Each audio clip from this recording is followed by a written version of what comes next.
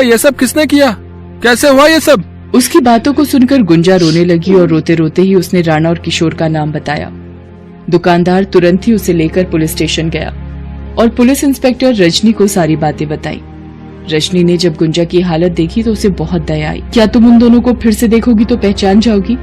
जी, मैं पहचान जाऊंगी। रजनी ने उन दोनों का पता लगाने के लिए एड़ी चोटी का जोर लगा दिया। गुंजा की बताई जगह के आसपास लगे सारे सीसीटीवी फुटेज निकाले गए। उन फुटेजों से जल्दी किशोर और राणा का पता लग गया।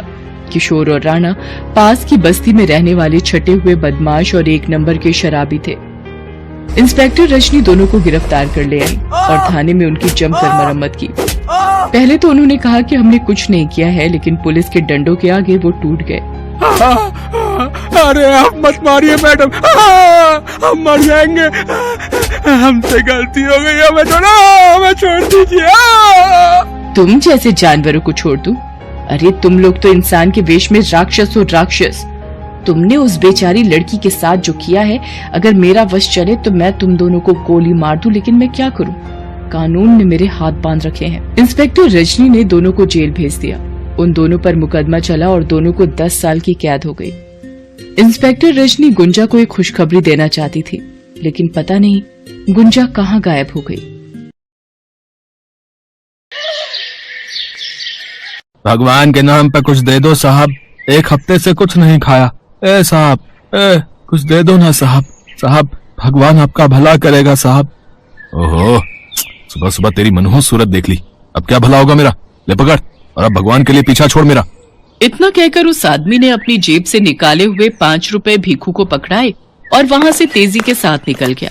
और भीखू काफी देर तक उन 5 रुपयों को देखता रहा और फिर आसपास नजर घुमाते हुए सोचने लगा।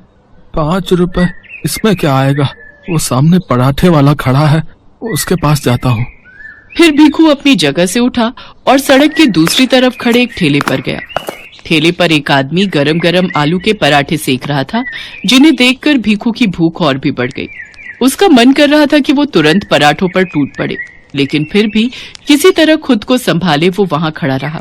जब पराठे वाले की नजर उस पर पड़ी तो उसने गुस्से से कहा, यहाँ क्यों खड़ा? चल रास्ता छोड़, कहीं और जाके हाथ फैला चल। भैया, मुझे पराठा खाना है। ये लो, मेरे पास पैसे भी हैं। ये तो बस 5 रुपए, इतने में नहीं मिलता यहाँ कुछ। एक पराठा पूरे 10 रुपए का, समझा? जा, जब पूरे पैसे हो तब आना। जा भैया, पर आधे पैसे तो है ना मेरे पास, तो आधा पराठा ही दे दो, बहुत भूख लगी है भैया। अच्छा, और फिर बचे हुए आधे पराठे का मैं क्या करूंगा? है, यहाँ कोई ग्राहक आधा पराठा नहीं खरीदता, समझा? तो भैया फिर पूरा पराठा ही दे दो, भगवान तुम्हारा भला करेगा। भीखू ने इतनी बेबसी से ये बात कही थी कि उस पराठे वाले को भीखू पर दया आ गई और उसने 5 रुपए लेकर उसे पूरा 1 पराठा खाने के लिए दे दिया। बस भीखू को यही तो चाहिए था। भीखू ने सिर्फ आधा पराठा ही खाया और बचा हुआ पराठा अपने झोले में डालकर वहां से चल दिया। यही भीखू की जिंदगी थी। कभी कुछ खाने को मिल जाए तो उसे भगवान का चमत्कार मानकर वो खुश हो लेता था, और जब नहीं मिलता तो उसे भी भगवान की दी हुई सजा मानकर रह लेता। उसे किसी से कोई शिकायत नहीं थी। भीखू एक पैर से लाचार था और उसका एक हाथ भी जन्म से ही नहीं था। उसकी इस हालत को देखकर कोई भी उसे काम पर नहीं रखता था। परिवार के नाम पर भी भीखू के पास कोई नहीं था, सिवाय कुछ उन बच्चों के जो उसी की तरह अपाहिज थे और भीख मांगकर अपना गुजारा करते थे। भीखू को जब कभी भीख में कुछ मिलता वो उसे उन बच्चों के साथ जरूर बांटता था। ले भाई राजू, ये तेरा, और मन्नू तू ये ले, और रीना ले, तू भी ले। भैया, ये मन्नू का टुकड़ा मेरे टुकड़े से बड़ा है। हाँ तो क्या हुआ, खाने देना उसे, और तू चिंता क्यों करता है? भगवान ने चाहा तो कल और कुछ मिल जाएगा, और क्या पता आज से ज्यादा ही मिल जाए। भीखू की बात सुनकर वो तीनों बच्चे मुस्कुरा दिए और फिर चैन की नींद सो गए। भीखू के जैसे ये बच्चे भी अनाथ थे, लेकिन फिर भी अकेले नहीं थे। इनमें से जब कभी किसी को भी भीख मिलती तो उसे आपस में जरूर बांटते थे। बस इसी तरह इनकी जिंदगी चले जा रही थी। फिर एक दिन, साहब भगवान के नाम पर कुछ दे दो साहब। अब क्या चाहिए तुम्हें? अब जो आपकी इच्छा हो साहब, पैसे, खाना, कपड़े, कुछ भी दे दो साहब, इस गरीब का भला हो जाएगा। अभी रुको, मैं बाहर आकर तुमसे बात करता हूँ। इस आदमी का नाम राजेश था, जो देखने से ही काफी अमीर लग रहा था। असल में राजेश शहर का एक बड़ा बिजनेसमैन था और उस वक्त अपनी महंगी गाड़ी में बैठकर एक मीटिंग के लिए जा रहा था। लेकिन जब उसकी गाड़ी की खिड़की पर भीखू भीख मांगने के लिए आया तो बाकियों की तरह उसने भीखू को हड़काया नहीं, बल्कि गाड़ी से बाहर आकर भीखू से बड़े ही सुलझे अंदाज में बोला, हाँ भाई, तुम्हें मैं पैसे भी दे सकता हूँ, खाना भी खिला सकता हूँ और पहनने को कपड़े भी दे सकता हूँ, वो भी अभी के अभी। लेकिन एक समस्या है। कैसी कैसी समस्या साहब? देखो भाई, मैं हूँ एक कारोबारी, जात से भी और काम से भी। तो मेरी जिंदगी का एक उसूल है कि मैं कभी भी किसी को भी कोई चीज मुफ्त में नहीं देता, भीख भी नहीं।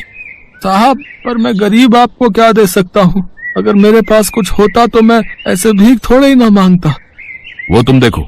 देखो भाई, मैं यहाँ अगले 5 मिनट तक खड़ा हूँ, तुम जो चाहो मेरे लिए ले आओ और बदले में मैं तुम्हें पैसे, खाना और पहनने को कपड़े भी दिला दूंगा। पर याद रहे, तुम्हारे पास सिर्फ 5 मिनट ही हैं। राजेश के ऐसा कहते ही भीखू अपने दिमाग के घोड़े दौड़ाने लगा। उसने आसपास नजर घुमाकर देखा तो उसे एक गुलाब का पौधा नजर आया जो ढेर सारे लाल गुलाबों से भरा हुआ था। उस पौधे को देखकर भीखू को कुछ सूझा और वो अपनी बैसाखी के सहारे लंगड़ाते हुए उस पौधे के पास गया। उसने अच्छे से देखभाल कर उस पौधे का सबसे बड़ा और सबसे सुंदर फूल तोड़ा और उसे लाकर राजेश को देते हुए बोला, लीजिए साहब, यही दे सकता हूँ मैं आपको।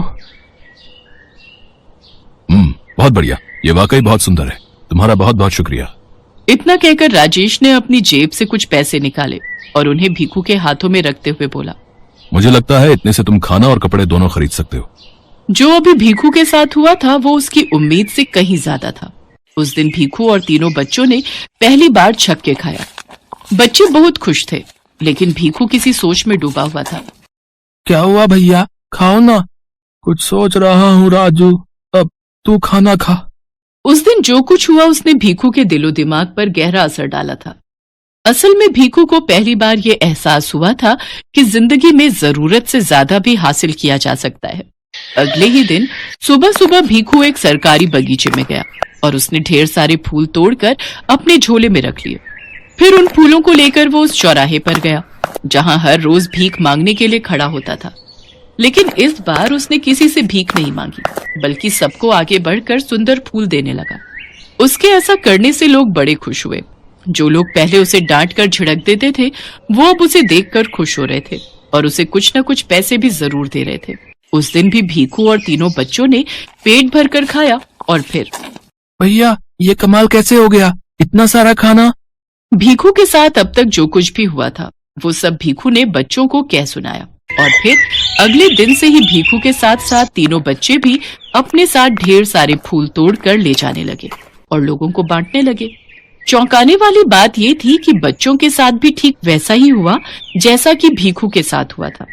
कुछ दिन ऐसे ही हंसी खुशी बीत गए, लेकिन फिर, अरे तुम तीनों इतने कम फूल क्यों लाए हो?